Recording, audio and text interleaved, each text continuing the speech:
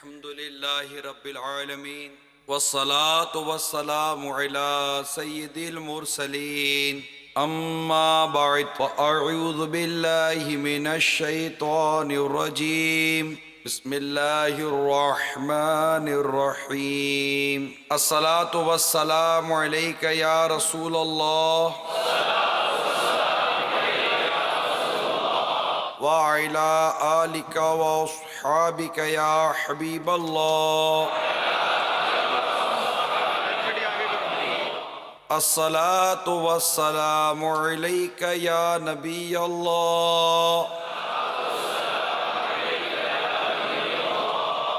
وعلى آلك وأصحابك يا نور الله. حضرت سیدنا ابو ہریرہ رضی اللہ تعالیٰ عنہ سے مروی ہے کہ سرکار مدینہ صلی اللہ تعالیٰ علیہ وآلہ وسلم کا فرمان عظمت نشان ہے. اللہ عز و جل کے کچھ سیاح یعنی سیر کرنے والے فرشتے ہیں، جب وہ محافل ذکر کے پاس سے گزرتے ہیں تو ایک دوسرے سے کہتے ہیں یہاں بیٹھو. جب ذاکرین یعنی ذکر کرنے والے دعا مانگتے ہیں تو فرشتے ان کی دعا پر آمین یعنی ایسا ہی ہو کہتے ہیں. جب وہ نبی پر درود بھیجتے ہیں تو وہ فرشتے بھی ان کے ساتھ مل کر درود بھیجتے ہیں، حتیٰ کہ وہ منتشر یعنی ادھر ادھر ہو جاتے ہیں. پھر فرشتے ایک دوسرے کو کہتے ہیں کہ ان خوش نصیبوں کے لیے خوشخبری ہے کہ وہ مغفرت کے ساتھ واپس جا رہے ہیں. صلو علی الحبیب صلی اللہ تعالی علی محمد. آئیے کچھ اچھی اچھی نیتیں کر لیتے ہیں کہ مسلمان کی نیت اس کے عمل سے بہتر ہے.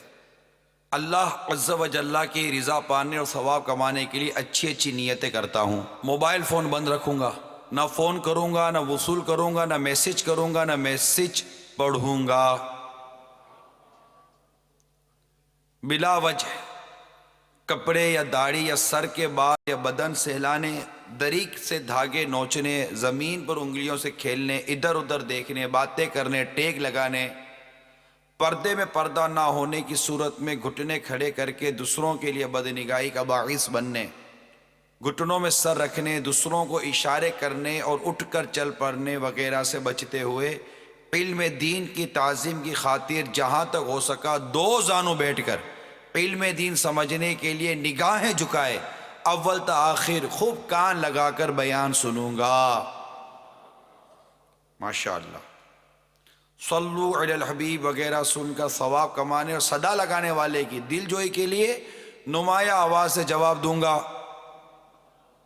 ضرورتاً سمٹ سرک کر دوسروں کے لیے جگہ کشادہ کروں گا. دھکا وغیرہ لگا تو صبر کروں گا. گرنے، جھرکنے، الجھنے اور جھگڑنے سے بچوں گا. خاص باتیں لکھوں گا.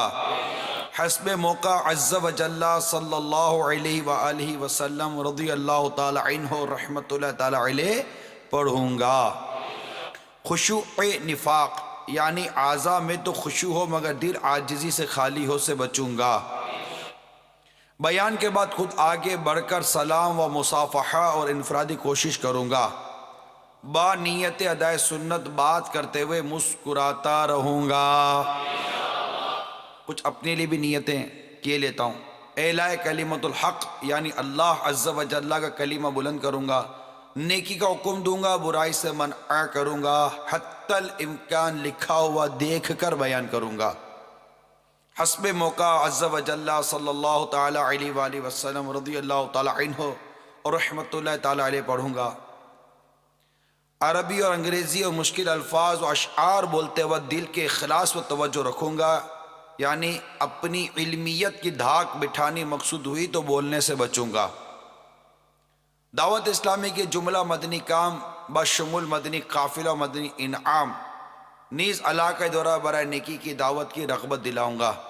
نظر کی حفاظت کی عادت بنانے کی خاطر دوران بیان حتی الامکان نگاہیں نیچی رکھوں گا. صلو علی الحبیب صلی اللہ تعالی. منقول ہے اہل شام میں سے ایک شخص جو بڑا قوی اور روبدار تھا، امیر المومنین سیدنا عمر فاروق اعظم رضی اللہ تعالی عنہ کی بارگاہ میں حاضری دیا کرتا تھا۔ کچھ عرصے تک وہ نہ آیا تو سیدنا فاروق اعظم رضی اللہ تعالی عنہ نے لوگوں سے اس کا حال دریافت فرمایا۔ لوگوں نے بتایا، یا امیر المومنین اس کا حال نہ پوچھیں، وہ تو شراب بدمست رہنے لگا ہے۔ یہ سن کر امیر المومنین سیدنا فاروق اعظم رضی اللہ تعالی عنہ نے اس کے نام ایک مکتوب تحریر کروایا، کیونکہ آپ کو بڑا رنج ہوا کہ ایک شخص گناہوں میں مبتلا ہو گیا۔ آپ لکھواتے ہیں، من جانب عمر بن خطاب با نام فلاں بن فلاں، سلام علیک۔ اس کے بعد میں تمہارے لیے اس اللہ عز و جل کی حمد کرتا ہوں جس کے سوا کوئی معبود نہیں، وہ گناہوں کو معاف کرنے والا، توبہ قبول کرنے والا، سخت عذاب دینے والا، بڑی قدرت والا ہے، اس کے سوا کوئی معبود نہیں، اس کی طرف لوٹ کر جانا ہے۔ یہ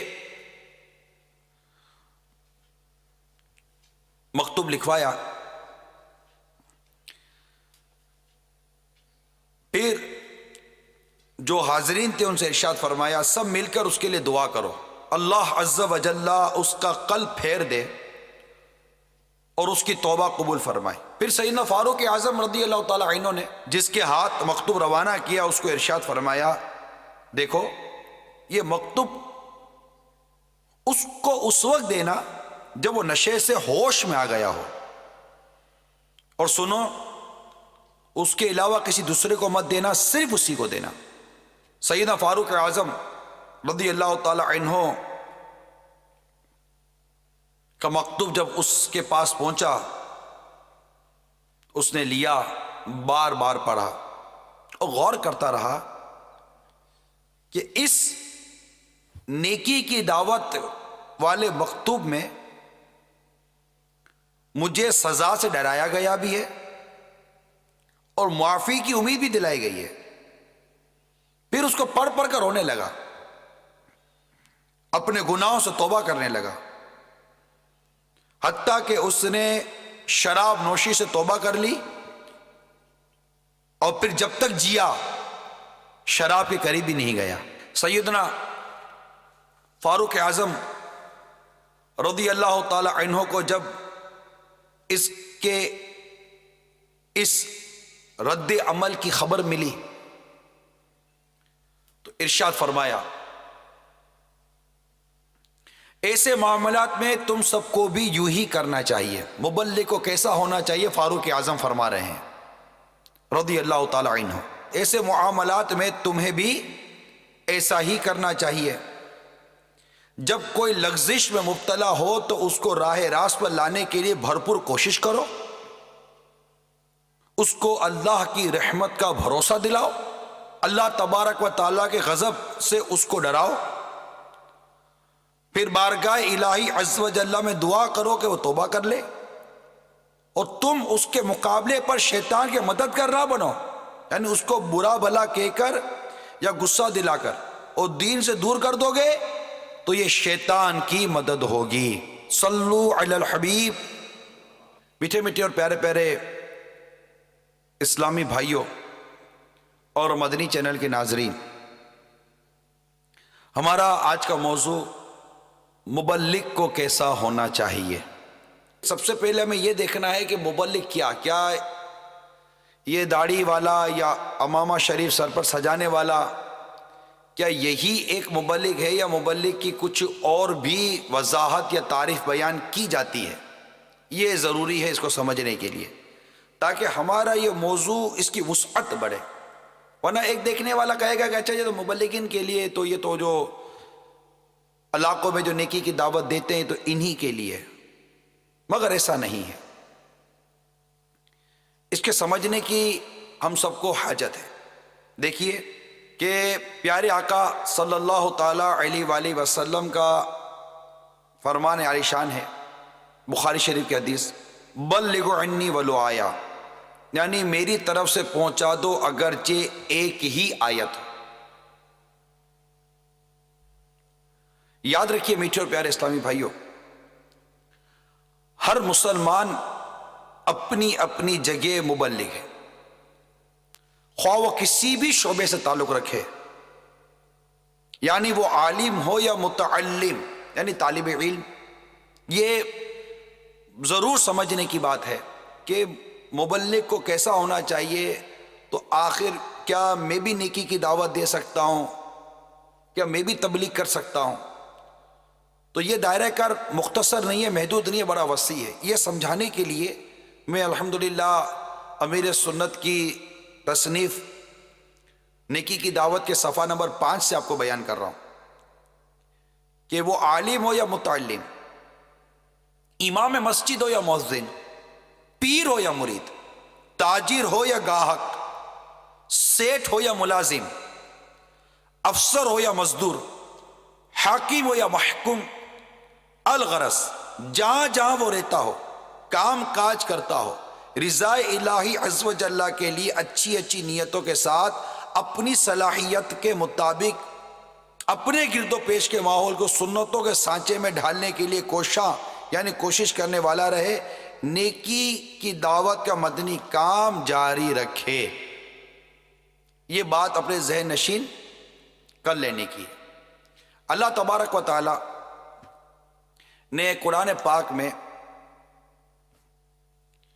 اس امت کی خصوصیت کچھ یوں بیان فرمائی ہے، پارہ 4 سورہ آل عمران کی آیت نمبر 110، تم بہتر ہو ان سب امتوں میں جو لوگوں میں ظاہر ہوئی، بھلائی کا حکم دیتے ہو، برائی سے منع کرتے ہو، اور اللہ پر ایمان رکھتے ہو۔ اب غور کیجئے میٹھے پیارے اسلامی بھائیوں، ہم کیسے خوش نصیب ہیں کہ اللہ تبارک و تعالیٰ کے حبیب لبیب صلی اللہ تعالی علیہ وسلم کے دامن کرم ہم گناہ گاروں کے ہاتھوں میں آیا۔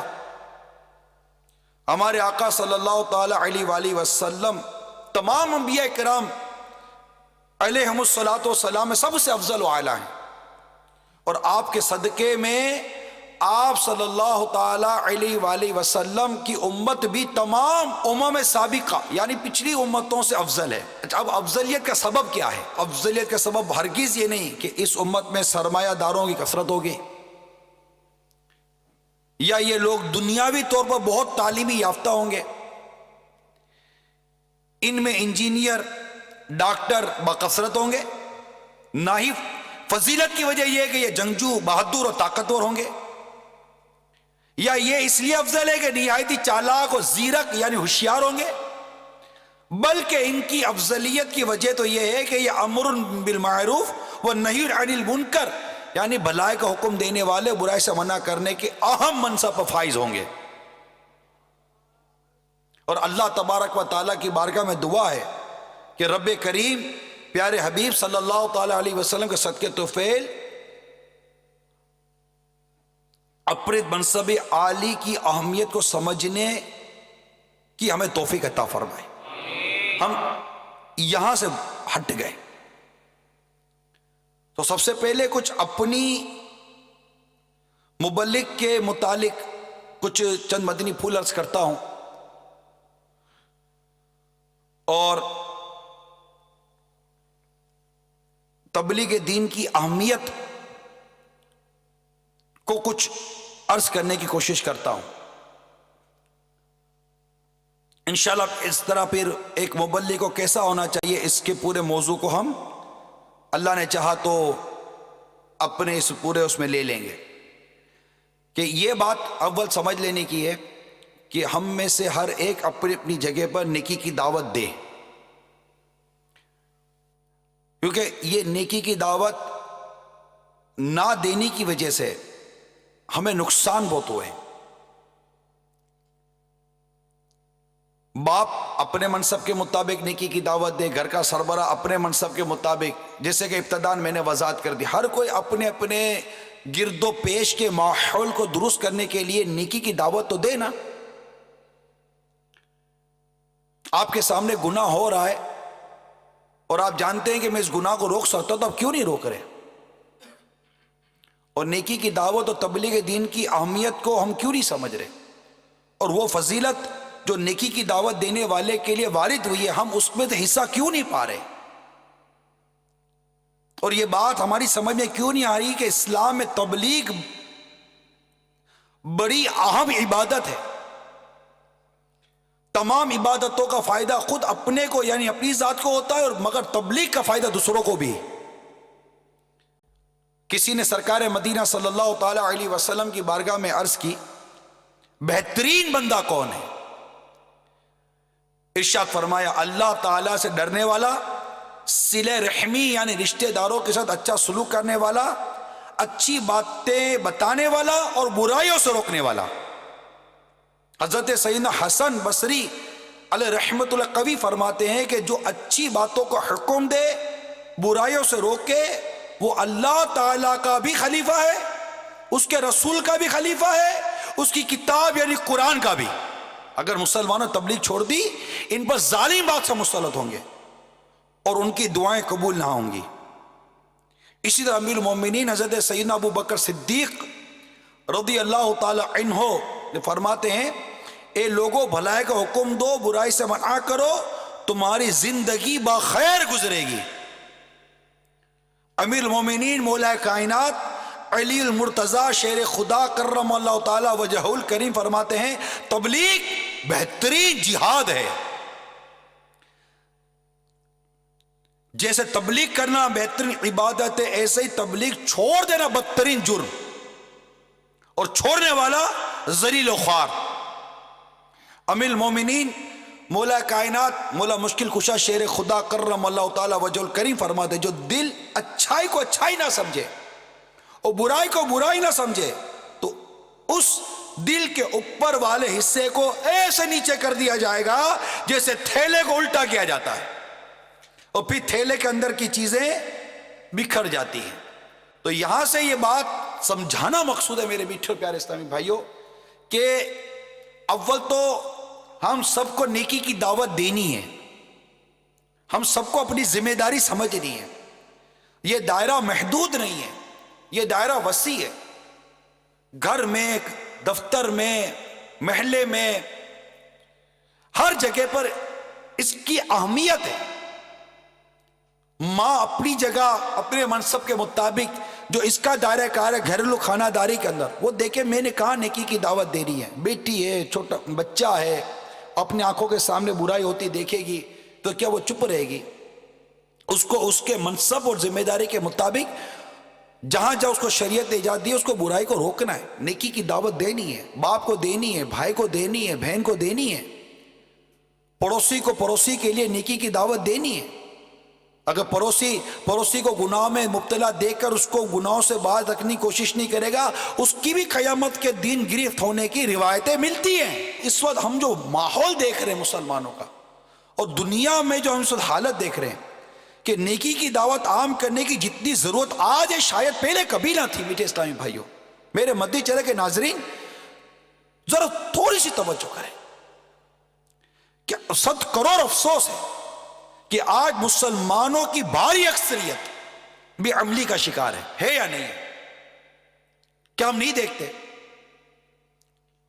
نیکیاں کرنا نفس کے لیے بے حد دشوار اور ارتکاب گناہ بہت آسان ہو چکا ہے. کیا یہ ہم نہیں جانتے؟ گھر گھر گناہ داخل ہو چکا. سستا اور آسان دور کی بات ہے، اب تو گناہ مفت اور آسان ہو گیا ہے. مفت میں گناہ ہو رہے ہیں، گناہوں پر ابھارا جا رہا ہے، گناہوں کے مواقع دیے جا رہے ہیں، اور ایسی لالچ دی جاتے گناہوں پر کہ بندہ بچے تو کیسے بچے. اور ایک طرف نیکی کی دعوت کا سلسلہ بند، مسجدوں کی ویرانی، سنیما گھروں، ڈرامہ گاہوں کی رونق دین کا درد رکھنے والوں کو آٹھ آنسو رلاتی ہے. V C R, dish antenna, internet, cable کا غلط استعمال کرنے والوں نے گویا اپنی آنکھوں سے حیا دھو ڈالی ہے۔ تکمیل ضروریات اور حصول سہولیات کی حد سے زیادہ جد و جہاد نے مسلمانوں کی بھاری تعداد کو فکر آخرت سے یکسر غافل کر دیا ہے۔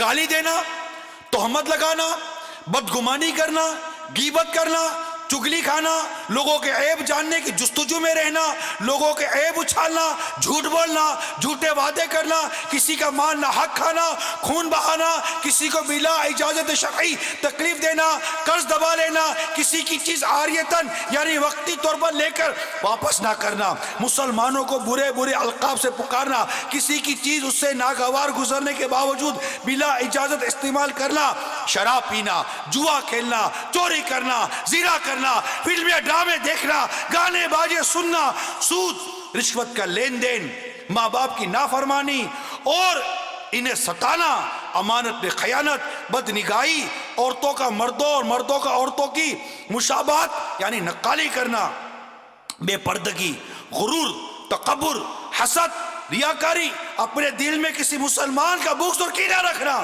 شماتت یعنی کسی مسلمان کو مرض، تکلیف یا نقصان پہنچنے کی صورت میں خوش ہونا، غصہ آ جانے پر شریعت کی حد توڑ ڈالنا، گناہوں کی حرص، حب جاہ، بخل، خود پسندی وغیرہ معاملات ہمارے معاشرے میں بڑی بے باکی کے ساتھ کس قدر پھیلتے چلے جا رہے ہیں۔ کیا ہم نہیں دیکھ رہے؟ ہمیں نظر نہیں آ رہے؟ کیا یہ کیفیات کا ہم جائزہ نہیں لے رہے؟ کیا یہ ماحول ہمارے گرد و پیش یا خود ان میں کئی عادتیں ہمارے اندر نہیں ہیں؟ پھر کثیر گناہ ایسے ہیں جن کی وجہ سے براہ راست دوسروں کو نقصان اٹھانا پڑتا ہے۔ مثلا اگر کوئی شخص چوری کا گناہ کرے گا تو اس شخص کا نقصان تو ہوگا جس کی چیز چرائی جائے گی۔ بالکل یہی معاملہ ڈاکہ ڈالنے، اسلحہ دکھا کر موبائل وغیرہ چھین لینے والوں کا ہے۔ دنیاوی نقصانات تو ایک طرف رہے، گناہ کرنے والے کا اصل بڑا نقصان تو آخرت کا ہے۔ ذرا سنتوں کا درد رکھنے والے عاشقان رسول سوچو، سر جھکا کے سوچو، کون نکالے گا؟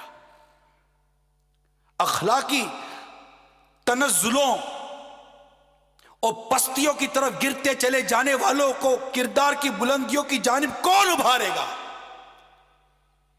جہنم میں لے جانے والے اعمال میں مصروف رہنے والوں کو جنت میں لے جانے والے اعمال پر کون لائے گا؟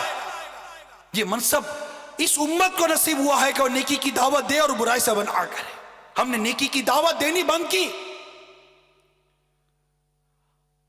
کوئی شخص صحیح معنی میں مبلغ بننے کے لیے تیار نہیں، اور اگر کرتا ہے تو اس کو کرنے کی وہ صلاحیت نہیں پاتا کہ جیسے کہ ہونی چاہیے۔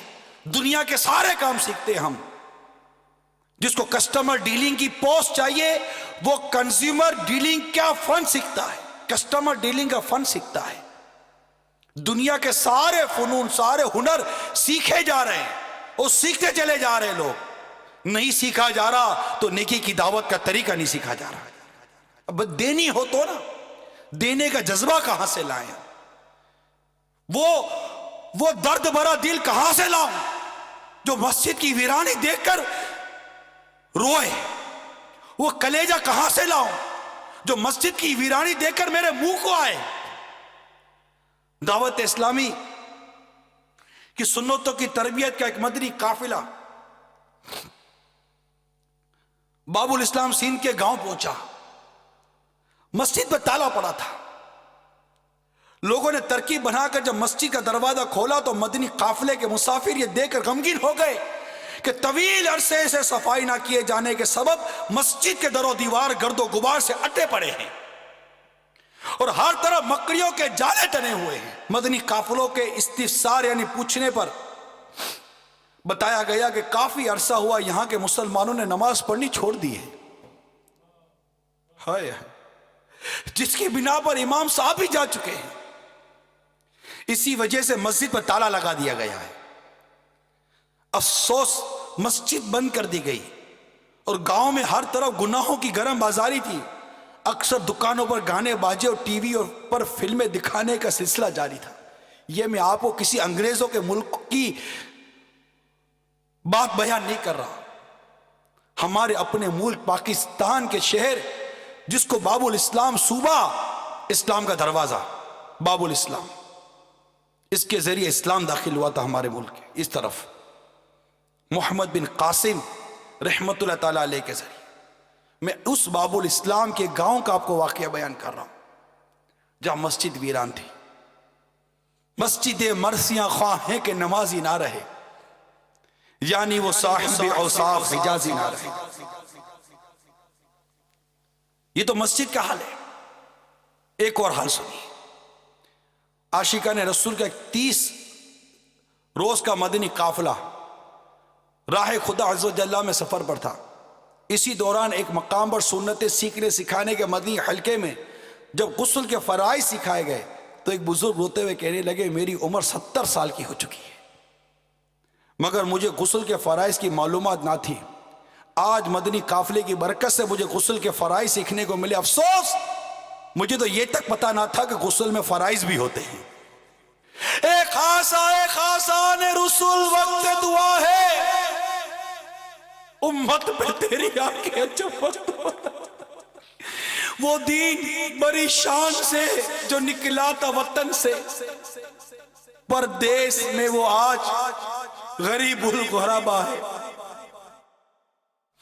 جو کچھ بھی ہے سب اپنے ہی ہاتھوں کے ہے کرتوت، شکوا ہے زمانے کا نہ قسمت سے گلا ہے.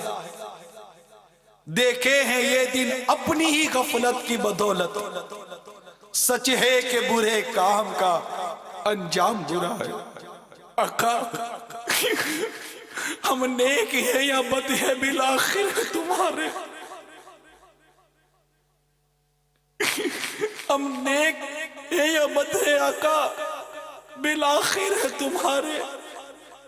نسبت بہت اچھی ہے مگر حال برا ہے، تدبیر سنبھلنے کی ہمارے نہیں کوئی. بس ایک دعا تیری کہ جو مقبول خدا ہے. آقا کر حق سے دعا امت مرحوم کے حق میں، کر حق سے دعا امت مرحوم کے حق میں. قطروں میں بہت عشق کا جہاز آ کے گرا ہے.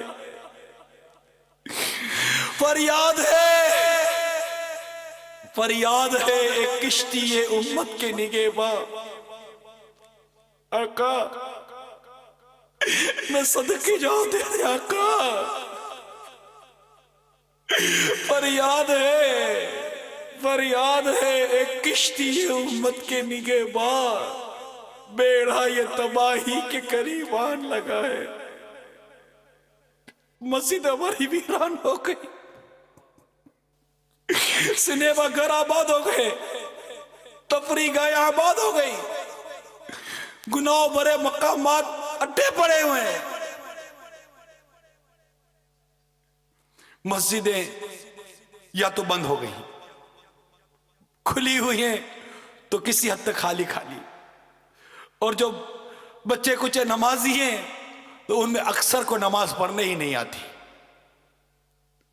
اور وہ بھی چند بوڑھے لوگ نظر آتے ہیں. ان حالات میں بھی کیا نیکی کی دعوت ہم نہیں دیں گے؟ باپ کے سامنے بیٹا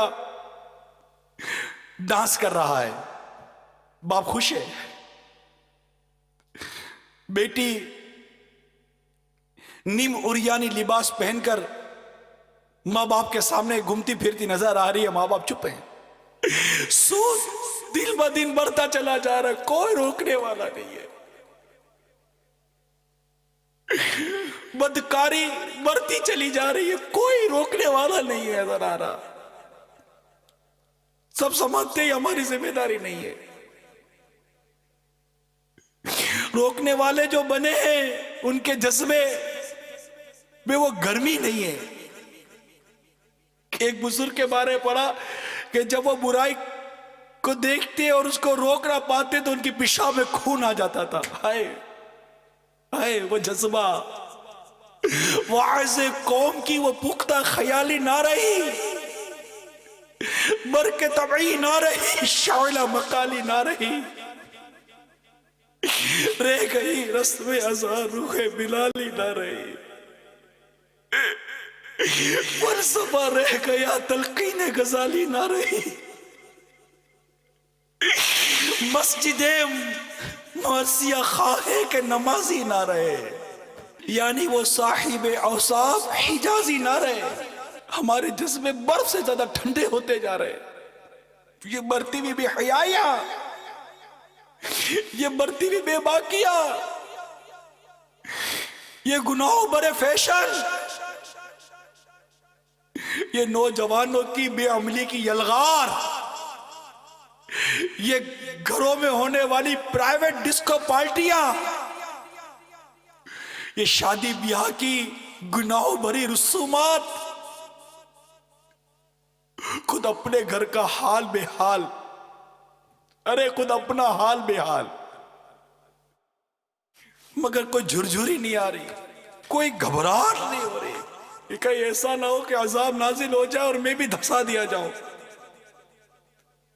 کہیں بے عملی اور ناقرنے کی وجہ سے میں بھی پریشانی اور مصیبت سے مبتلا نہ کر دیا جاؤں۔ کیا آپ کو وہ روایت یاد نہیں آ رہی کہ اللہ تعالیٰ نے اپنے فرشتے سے فرمایا فلاں بستی پر عذاب نازل کرو، فرشتے نے عرض کی اللہ اس بستی میں تیرا ایک بندہ ہے جس نے پلک جھپکنے میں تیری نافرمانی نہیں کی، اللہ فرماتا ہے اس کی تو چیخوں کی آواز سناؤ کہ یہ میری نافرمانیاں ہوتا دیکھتا تھا مگر اس کا چہرہ متغیر نہیں ہوتا تھا، تبدیل نہیں ہوتا تھا۔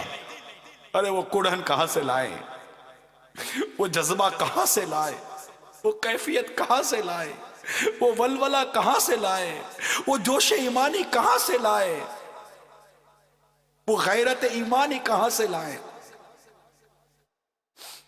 جو ان بے حیائیوں کے سیلاب کے آگے بند باندھ سکے، ایک سیسا پلائی دیوار بنا کر ان بے حیائیوں کے سیلاب کے آگے ہمیں کھڑا کر سکے، وہ جذبہ وہ ولولہ کہاں سے لاؤ؟ سرد ہو گئے، سرد ہو گئے، جو بچے کچھ نمازی تھے سردی میں بھی فجر میں غائب ہو گئے، ٹھنڈی بہت ہے، وضو کیسے کرے، رضائی سے کیسے نکلے، بلینکٹ سے کیسے نکلے، جماعتوں کے پابند تھے گھروں میں نماز پڑھنے لگے۔ یہ ہلکی سی سردی نے ہمارے آگے مسجد کا راستہ بند کر دیا، گرم پانی کی سہولت نہ ہونے نے ہمارے لیے وضو کا راستہ بند کر دیا۔ ارے ایسے کمزور ہو گئے۔ اے میرے میٹھے اور پیارے، سب سے پہلے اپنی منصب کو سمجھیں، ہمارا منصب نیکی کی دعوت دینا، تبلیغ دین کرنا، اور امیل سنت کی اس عبارت کو بار بار بار بار پڑھیں جو نیکی کی دعوت کے صفحہ نمبر 131 پر لکھی ہے کہ مسلمانوں میں نیکی کی دعوت عام کرنے کی جتنی ضرورت آج ہے شاید پہلے کبھی نہ تھی، پہلے کبھی نہ تھی۔ تو نیت کریں انشاءاللہ عز و جل خوب خوب نیکی کی دعوت کی دھومیں مچائیں گے، خوب خوب نیکی کی دعوت کے ڈنکے بجائیں گے انشاءاللہ، زندگی بھر کے لیے اپنے آپ کو وقف مدینہ کر دیں گے۔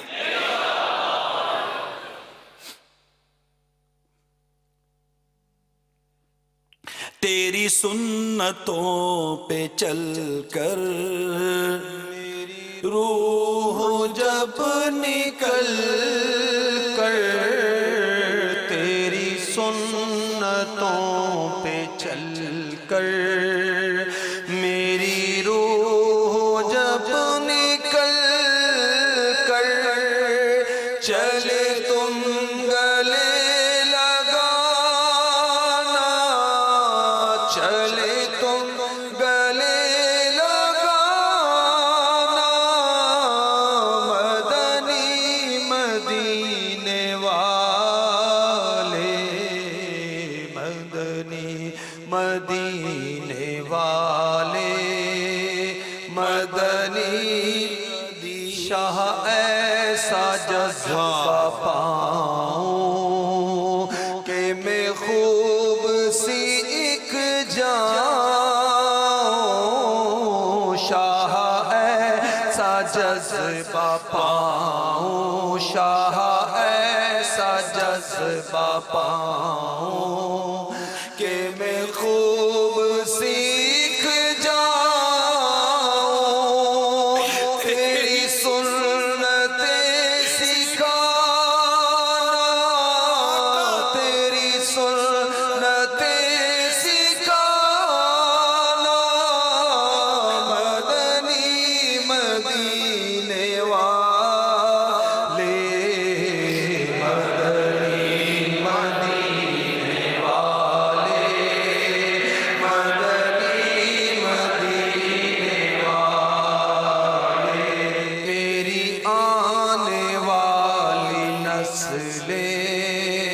تیرے عشق ہی میں مچلے، میری آنے والی نسلیں آقا، میری آنے والی نسلیں تیرے عشق ہی میں مچلے، انہیں نیک تم بنانا،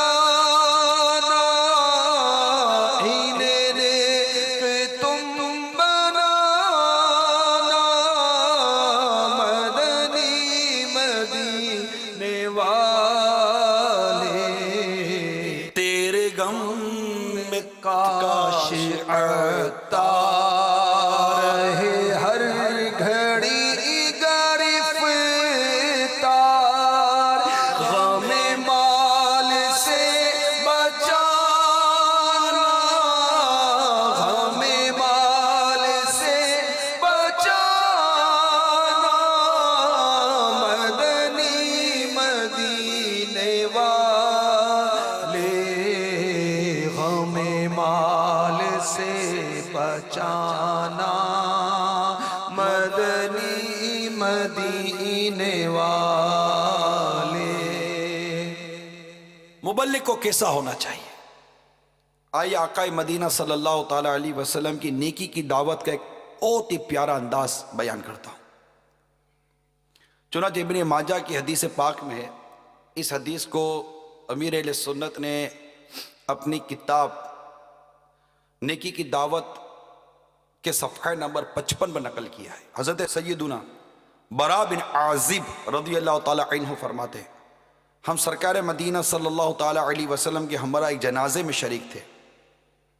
آپ صلی اللہ تعالی علیہ وآلہ وسلم قبر کے کنارے بیٹھے اور اتنا روئے کہ آپ صلی اللہ تعالی علیہ وسلم کی چشمان اقدس یعنی پاکیزہ آنکھوں سے نکلنے والے آنسوں سے مٹی نم یعنی گیلی ہو گئی، اتنا روئے۔ پھر فرمایا اس قبر کے لیے تیاری کرو۔ غور کیجئے کہ ہمارے آقا صلی اللہ تعالی وسلم نے خوف خدا سے روتے روتے نیکی کی دعوت ارشاد فرمائی۔ تو یہ ایک ایسا جذبہ ہے، کڑہن، ایک درد جو دل کو بھی رلاتا ہے اور آنکھوں کو بھی رلاتا ہے۔ اور جب ایک کڑہن کے ساتھ اشک بار آنکھوں سے کوئی عاشق رسول کسی کو نیکی کی دعوت پیش کرتا ہے تو اس کی یہ نیکی کی دعوت تاثیر کا تیر بن کر سننے والے کے قلب میں پیوست ہو جاتی ہے۔ اور یقیناً اس کے لیے جو سب سے بنیادی چیز ہے نا، وہ ہے اخلاص، کہ نیکی کی دعوت دینے کے لیے یوں تو ہر عبادت ہر کام اخلاص کے ساتھ کرنا چاہیے، مگر مبلغ کو جو سب سے پہلے جس چیز کو سامنے رکھنا ہے وہ اخلاص، یعنی جو کام میں کر رہا ہوں یہ اللہ کی رضا کے لیے کر رہا ہوں، اس کی خوشنودی پانے کے لیے کر رہا ہوں، ریاکاری کے لیے نہ کرے، یعنی لوگوں کی واہ واہ چاہنے کے لیے، لوگوں میں عزت افزائی کے لیے یہ کام نہ کرے، کیونکہ اس سے ثواب کیا ملے گا؟ ریاکاری کی وجہ سے تو عمل برباد ہو جائے گا۔ سرکار مدینہ صلی اللہ تعالی علیہ وسلم ارشاد فرماتے ہیں، اللہ عز و جل نے ہر ریاکار پر جنت حرام کر دی ہے۔ اسی طرح ایک اور حدیث پاک میں ہے کہ اللہ تبارک و تعالی اس عمل کو قبول نہیں کرتا جس میں رائے کے دانے کے برابر بھی ریا یعنی دکھاوا ہو۔ حضرت ابن عباس رضی اللہ تعالی عنہما کا ایک قول نقل کیا گیا ہے کہ ریاکاروں کو دنیا میں ہی ان کی نیکیوں کا بدلہ دے دیا جاتا ہے اور ان پر ذرہ بھر ظلم نہیں کیا جاتا۔ آخرت میں کیا بنے گا، آخرت میں کیا ملے گا؟ ذرا کبھی اس پر غور کیا کہ لوگوں کی واہ واہ چاہنے کے لیے، لوگوں کی تعریفیں چاہنے کے لیے اگر بندہ نیکی کی دعوت دے، نیکی کا کام کرنے کی کوشش کرے اور مقصد اس کا یہ ہو کہ وہ لوگوں کو دکھانے کے لیے کر رہا ہے، اس لیے ریاکاری کی تعریف کا ذہن میں ہونا بہت ضروری ہے مبلغ کے لیے، بالخصوص مبلغ کے لیے۔ ظاہر ہے وہ لوگوں میں نیکی کی دعوت دے گا تو اس کو بہت ساری آزمائش ہوتی ہے۔ سب سے بنیادی بات یہ سمجھنے کی ہے کہ وہ شیطان کے خلاف گویا کا اعلان جنگ کر رہا ہے کہ خود بھی گناہوں سے بچنے کی کوشش کر رہا ہے اور دوسروں کو بھی گناہوں سے بچانے کی کوشش کر رہا ہے، یعنی خود بھی شیطان سے بچنے کی کوشش کرتا ہے، دوسروں کو شیطان سے بچانے کی کوشش کر رہا ہے۔ اب شیطان کسی صورت اس کو برباد کرنے کی کوشش کرتا ہے، اس کے عمل کو تباہ کرنے کی کوشش کرتا ہے، اس کی اس کوشش کو غیر مؤثر کرنے کی کوشش کرتا ہے، لوگوں کو متاثر ہونے کے بجائے لوگ اس سے بزن ہو جائیں، اس سے ایسے ایسے افعال کروانے کی کوشش کرتا ہے، اور بعض اوقات مبلغ کو کانوں کان پتہ بھی نہیں چلتا۔ لہٰذا سب سے پہلے تو ریاکاری کی تعریف ذہن میں رکھیے، اللہ عز و جل کی رضا کے علاوہ کسی اور ارادے سے عبادت کرنا، گویا عبادت سے یہ غرض ہو کہ لوگ اس کی عبادت پر آگاہ ہوں تاکہ وہ ان لوگوں سے مال بٹورے، لوگ اس کی تعریف کریں یا اسے نیک آدمی سمجھے یا اس سے عزت وغیرہ دیں۔ اس تعریف کو ذہن نشین کر لینے کے بعد بندہ واقعی اپنے اندر اخلاص پیدا کرے، ورنہ مر جائے گا۔ ایک اور مقام پر صفحہ نمبر 78 پر اسی کتاب کے امیر سنت لکھتے ہیں، ریاکاری کی تعریف میں یہ بھی شامل ہے کہ لوگوں پر اپنی عبادت گزاری کی دھاک بٹھانا، اپنی تعریف، واہ واہ اور عزت چاہنا، اس نیک کام سے سوٹ پیس یا رقم یا لفافہ یا کھانا یا مٹھائی یا کسی قسم کے نذرانے کا حصول مقصود ہونا، یہ ریاکاری کے حوالے سے غور کیجئے کہ کیا میں جو نیکی کی دعوت دینے کے لیے میدان عمل میں آ رہا ہوں تو کہیں میرے یہ مقاصد تو نہیں ہے۔ اسی طرح مبلغ جہاں ریاکاری سے بچے، دکھاوے سے بچے، وہی حب جاہ سے بچے۔ یعنی حب جاہ کا مطلب ہے شہرت کی خواہش، یعنی میں اس لیے نیکی کی دعوت دوں کہ مجھے شہرت نصیب ہو جائے۔ اب یہ بیان کرنے والا، نیکی کی دعوت دینے والا، مائک پر آنے والا، کیمرے میں آنے والا، نعتیں پڑھنے والا، اگر اس کے ذریعے وہ نیکی کی دعوت دے رہا ہے، جو بھی ہو، چاہے وہ جس انداز سے بھی دیتا ہے، تو اسلامی بہنیں بھی غور کریں، کیونکہ جو انداز اس وقت دنیا میں گناہوں کا ہے اور جو گناہوں میں عورتوں نے اپنا حصہ ملایا ہوا ہے وہ بیان سے باہر ہے۔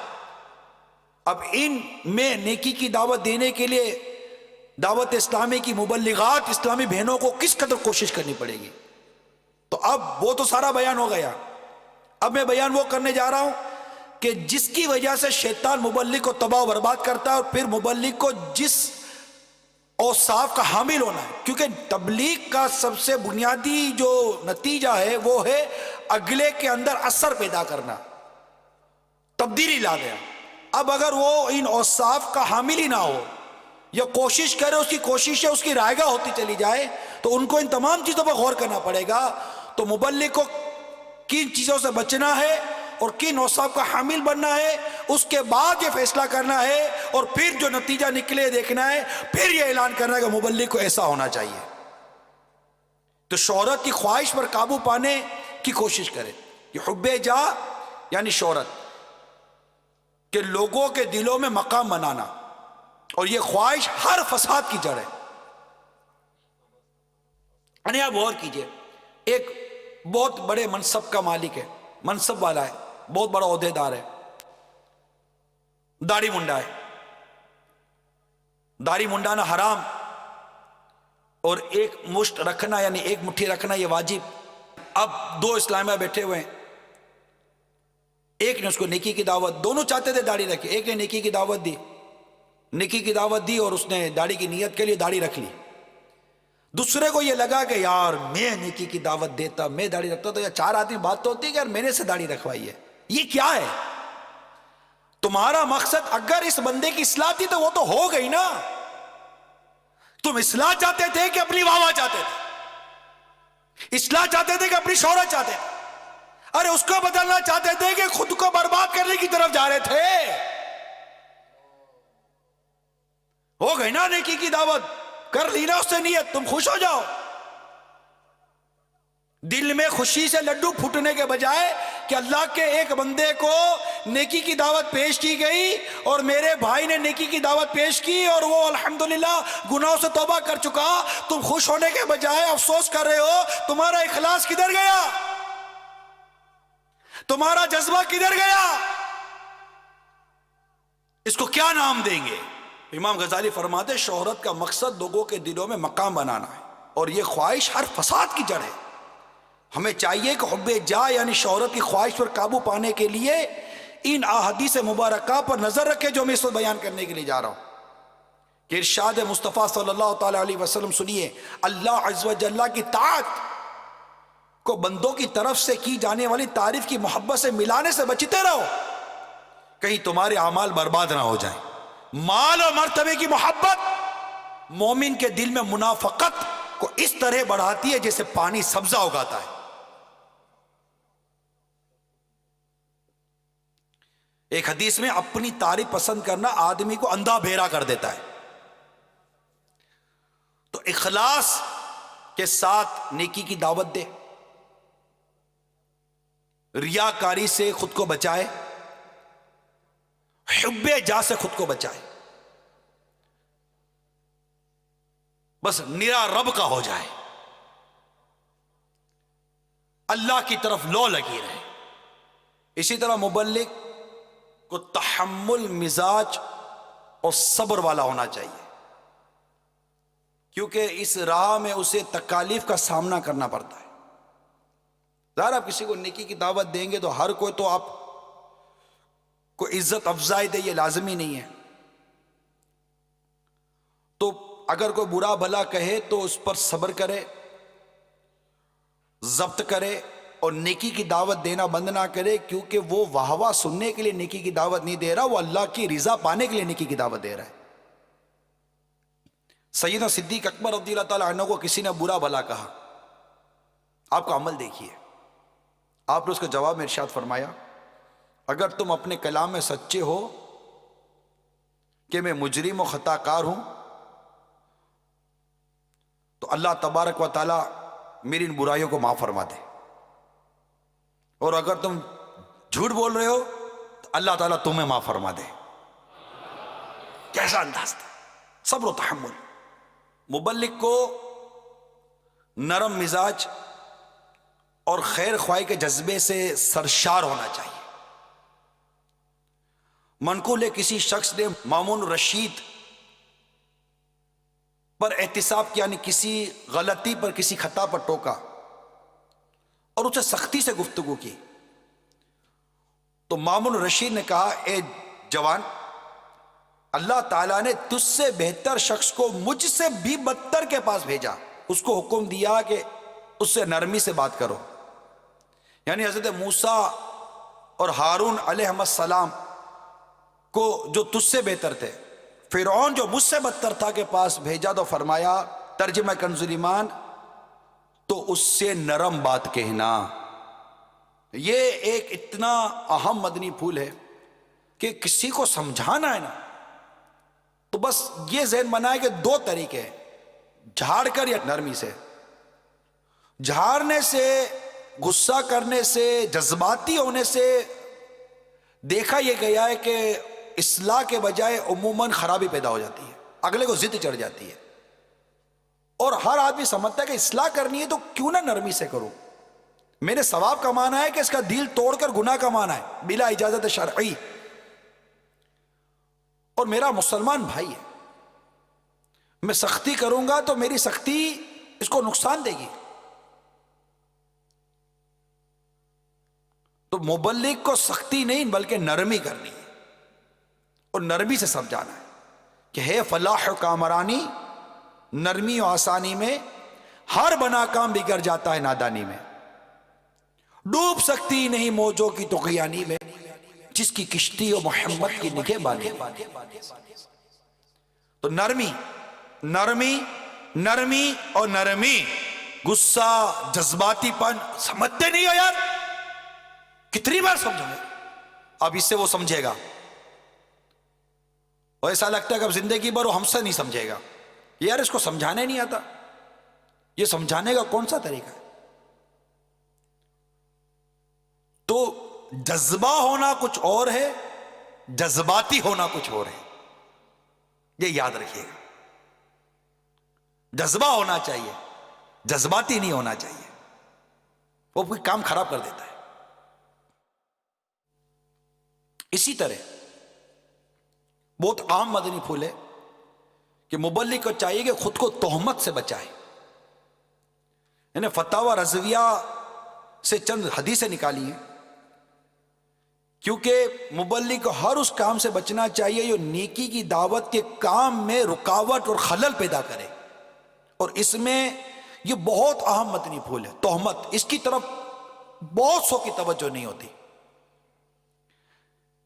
چنانچہ حدیث پاک سنیے، 4 فرامین مصطفیٰ صلی اللہ تعالی علیہ وسلم، یہ فتاوی رضویہ جلد 2 صفحہ نمبر 317 سے میں نے نقل کی ہیں، 18 پر بھی ہے، 19 پر بھی ہیں۔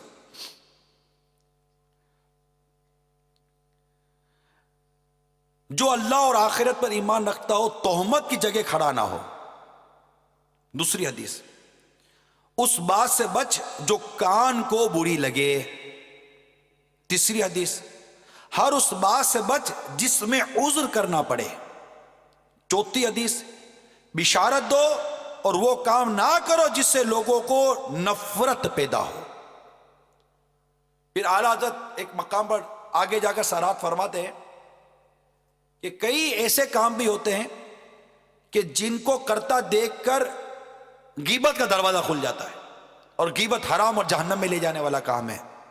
تو خود کو تہمت والی جگہوں سے بچانا ہے۔ میں بس مثال، اب آپ مبلغ ہیں، آپ کے ہاتھ میں ایک اخبار ہے، اخبار پہ اتنا بڑا فوٹو لڑکی کا بھی بنا ہوا ہے، دیکھنے والا آپ کے بارے میں کیا سوچے گا؟ کتنا سمجھاؤ گے کہ میں ادھر نہیں دیکھ رہا ہوں؟ کبھی سوچا؟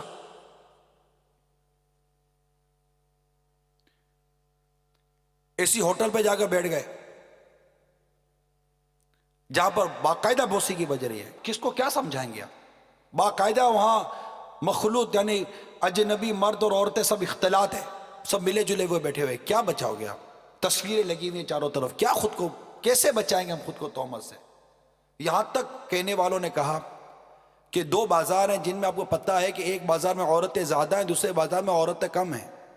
اگرچہ عورتیں جہاں کم ہیں وہاں پر مال اتنا زیادہ عمدہ نہیں ہوگا جتنا دوسرے بازار میں ہے، پھر بھی خود کو تہمت سے بچانے کے لیے اس بازار پر اکتفا کر لے جس سے مال اگرچہ تھوڑا کمزور ہے، لیکن چونکہ تہمت سے اس کو بچنا بہت ضروری ہے۔ مسئلہ یہ میرے میٹھے پیارے اسلام بھائیوں کہ انسان جب نیکی کی دعوت دیتا ہے نا تو سامنے والا اس کو سن تو رہا ہوتا مگر آنکھیں اس کو دیکھ رہی ہوتی، دماغ اس کے بارے میں سوچ رہا ہوتا ہے۔ کردار پر جب انگلی اٹھتی ہے نا تو مبلغ کا اثر ختم ہو جاتا ہے۔ اور کردار کی اہمیت کو اس سے سمجھیے کہ نبی رحمت شفیع امت صلی اللہ تعالی علیہ وآلہ وسلم نے جب اعلان نبوت فرمایا، مختلف روایتیں ملتی ہیں، سرکار صلی اللہ تعالی وسلم ارشاد فرماتے ہیں مکے والوں کو جمع کیا اور فرمایا کہ اگر میں یہ کہوں کہ اس وادی کے پیچھے ایک لشکر ہے جو تم پر حملہ کرنے والا ہے، تم کیا کہو گے؟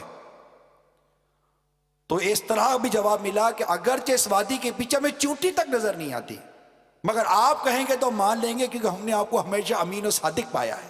محدثین لکھتے ہیں کہ گویا کہ سرکار صلی اللہ تعالی علیہ وآلہ وسلم نے اعلان نبوت فرمانے سے پہلے اپنے کردار کو ان کے سامنے پیش کیا کہ میرا کردار 40 سال سے کیسا تھا تمہارے سامنے۔ کردار کی بڑی اہمیت ہے اسلام میں، شریعت میں، نیکی کی دعوت میں، کہ ایک شخص دیکھ رہا ہے کہ یہ نامحرم عورتوں سے بچتا نہیں ہے، اجنبی عورتوں سے بچتا نہیں ہے، اس کے موبائل فون میں میوزیکل ٹیون بجتی ہے، اب اس میں بھی کیا رہ گئے؟ اب کیا تہمت نے کیا نہ تہمت کی باتیں کریں؟ کہ ابھی تھوڑی دیر پہلے یہ موسیقی کے خلاف اعلان جنگ کر رہا تھا اور تھوڑی دیر کے بعد اس کے موبائل کے اندر چھن چھنا چھن کی موسیقی بجنے لگ گئی اور موصوف سن رہے۔ کئی ایسی چیزیں، آنا جانا اٹھنا بیٹھنا، یہاں تک اب امیر سنت کی وہ جو وعدے کے متعلق جو غیبت کی تباہ کاریوں میں جو وضاحت ہے، اگرچہ کسی شخص نے کسی سے کہا کہ میں آؤں گا، اس وقت اس کی واقعی آنے کی نیت ہے کہ میں کل آ جاؤں گا، اور کسی عذر کے تحت وہ نہ جا سکا، تو یہ اگرچہ وعدہ خلافی نہیں ہے، کیونکہ اس وقت اس کی نیت تھی آؤں گا۔ ہاں اگر جس وقت سے کہا کہ میں انشاءاللہ کل آؤں گا اور اس کی یہ نیت ہے کہ میں نے آنا نہیں ہے، گولی دے رہا ہوں، تو یہ وعدہ خلافی ہے۔ مگر اس کی جب یہ نیت ہے کہ میں آؤں گا اور کسی عذر کے تحت نہ آ سکا، کوئی وجہ ہو گئی، کوئی ایسے اسباب پیدا ہو گئے نہیں جا سکا، تو اس کو وعدہ خلافی نہیں کہا گیا۔ لیکن امیر سنت نے اس طرح کی وضاحت کی ہے اور بزرگان دین نے ہمیں سمجھایا ہے کہ ایسی صورت میں بھی حتی الامکان ہو سکے تو چلے جاؤ، کیونکہ لوگ اتنے زیادہ علم نہیں رکھتے، لوگ یہ سمجھے کہ اس نے وعدہ خلافی کی اور تم پر انگلی اٹھے گی، تم پر تہمت باندھی جائے گی، تو یہاں لوگ رکتے نہیں ہیں میٹھے اسلام بھائیوں، حسن ظن نہیں ہے لوگوں کے پاس، اتنا بات باتوں بدگمانیاں کرتے ہیں۔ تو ان تمام چیزوں سے خود کو بچانا ہے تاکہ ہماری نیکی کی دعوت مؤثر ہو۔ عمل، لوگ عمل دیکھتے ہیں، بے عمل کی بات اثر نہیں کرتی۔ لما تقولون ما لا تفعلون، وہ بات کیوں کہتے ہو جو کرتے نہیں ہو۔ تو مبلغ کو باعمل ہونا چاہیے، نیکی کی دعوت دینے والے کو تو علم و عمل کا پیکر ہونا چاہیے، نیکی کی دعوت دینے والے کو اچھی اچھی نیتوں والا، نیکی کی دعوت دینے والے کو پہلی صف میں تکبیر اولیٰ کے ساتھ با جماعت نماز پڑھنے والا، مبلغ کو درود پاک پڑھنے والا، مبلغ قرآن پاک پڑھنے والا، مبلغ اللہ کی رضا چاہنے والا، مبلغ اللہ پر اعتماد کرنے والا، مبلغ ذکر و درود سے اپنی زبان کو تر رکھنے والا، مبلغ راتوں کو اٹھ کر اللہ کی عبادت کرنے والا، تنہائیوں میں رب کی بارگاہ میں التجا کرنے والا، رقت کے ساتھ دعائیں کرنے والا، اخلاص کا پیکر، تہجد گزار، نیک، سچا، اچھا، ستھرا، خوشبوؤں سے معطر، امامے والا، زلفوں والا، داڑھی والا، ایک کاش چادر والا، ایک کاش مدنی حلیہ والا، علم و عمل کا پیکر، فرض علوم اور اپنی ضرورت کا علم جاننے والا، کیا کیا نہیں ہونا چاہیے مبلغ کو، اس پر بندہ غور کرے۔ مبلغ نیکی کی دعوت دیتا ہے تو خود نیکی کرنے والا نظر آئے، مبلغ کو مدنی انعامات پر عمل کرنے والا ہونا چاہیے۔ اگر کوئی ایک جملے میں مجھ سے پوچھے نا، ایک جملے بیان نہیں کرنا، بولا آپ کے پاس تھوڑی سی سیکنڈ ہے، ایک چند سیکنڈ میں بتاؤ مبلغ کو کیسا ہونا چاہیے، تو چند سیکنڈ بولو مبلغ کو مدنی انعام والا ہونا چاہیے۔ اور میں چند سیکنڈ میں یہ بول سکتا ہوں کہ اگر وہ کہے کہ سمندر کو کوزے میں ڈال دو اور دو دو چار چار گھنٹے کا بیان کر کے سمجھانے کے بجائے تم دو جملوں میں سمجھا دو بھائی مبلغ کو کیسا ہونا چاہیے، تو میں بولوں گا مبلغ کو مدنی انعامات کا عامل ہونا چاہیے۔ بس دو جملوں میں یہی بیان کر سکتے ہیں کہ الحمدللہ تبلیغ قرآن و سنت کی عالمگیر غیر سیاسی تحریک دعوت اسلامی ہے، اور الحمدللہ تھوڑے عرصے میں امیر اہل سنت کا علم، عمل، تقوی، پرہیزگاری، کڑھن، نرمی، خیر خواہی کا جذبہ، استقامت اور کئی خصوصیات کا صدقہ اللہ کی رحمت کہ آج الحمدللہ دعوت اسلامی کے بعد مبلغ ہی مبلغ ہے۔ کیا اسلامی بھائی، کیا اسلامی بہنیں، ہزاروں مبلغین و مبلغات کا ایک ماشاءاللہ ٹھاٹے مارتا سمندر ہے دعوت اسلامی کے پاس۔ تو ان کو اور ہم سب کو نیک بننے کے لیے کہ ہماری دنیا اور آخرت سنورے اور نیکی کی دعوت میں اثر پیدا ہو، امیر سنت ہمیں مدنی انعامات عطا کیے، اس پر عمل کر لو، اللہ کی رحمت تمہیں سرخروئی نصیب ہو جائے گی، حکایت و نصیحت مقتوط المدینہ کی مطبوعہ، اس کی ابتدا میں مبلغین کے لیے مدینہ مدینہ مدنی پھول ہیں۔ اللہ پڑھنے کی توفیق دے، مطالعہ کریں۔ مبلغ کو مطالعہ بہت ضروری ہے، انفرادی کوشش مبلغ میں ہونی چاہیے۔ فتاوی رضویہ شریف کا مطالعہ کرے، تکبر کی کتاب ہے، بدگمانی کی کتاب ہے، ریاکاری کی کتاب ہے، حکایت و نصیحت کتاب ہے۔ ارے مقتوط المدینہ بھرا پڑا ہے علم کے خزانے سے۔ ایک بار مقتوط المدینہ کے گلشن میں آؤ تو صحیح، اتنی خوشبوئیں، اتنے پھول ملیں گے کہ آپ کے مسام دماغ معطر کے معطر ہو جائیں گے۔ آئے بیانات عطاریہ کتابیں تو لو، ایک سے ایک باپا کے رسالے، بنے بنائے بیانات۔ تو بیان کرنے والے کے لیے مواد کی کمی نہیں، لیکن صرف بیان کرنے کے لیے نہیں پڑھنا، ہم نے تو اپنی اصلاح کے لیے بھی تو پڑھنا ہے نا۔ الحمدللہ وہ کتب، پھر مدنی مذاکروں کی VCD لے، بیان ہی بیان ہے، مواد ہی مواد۔ ارے بات کرو، لوگ آپ کو پھٹی پھٹی آنکھوں سے دیکھے، یہ بولتا کہاں سے؟ آپ بولو میں کہاں سے بولتا ہوں؟ میرے پیچھے ہاتھ میرے پیر کا ہے، میں کہاں سے بولوں گا؟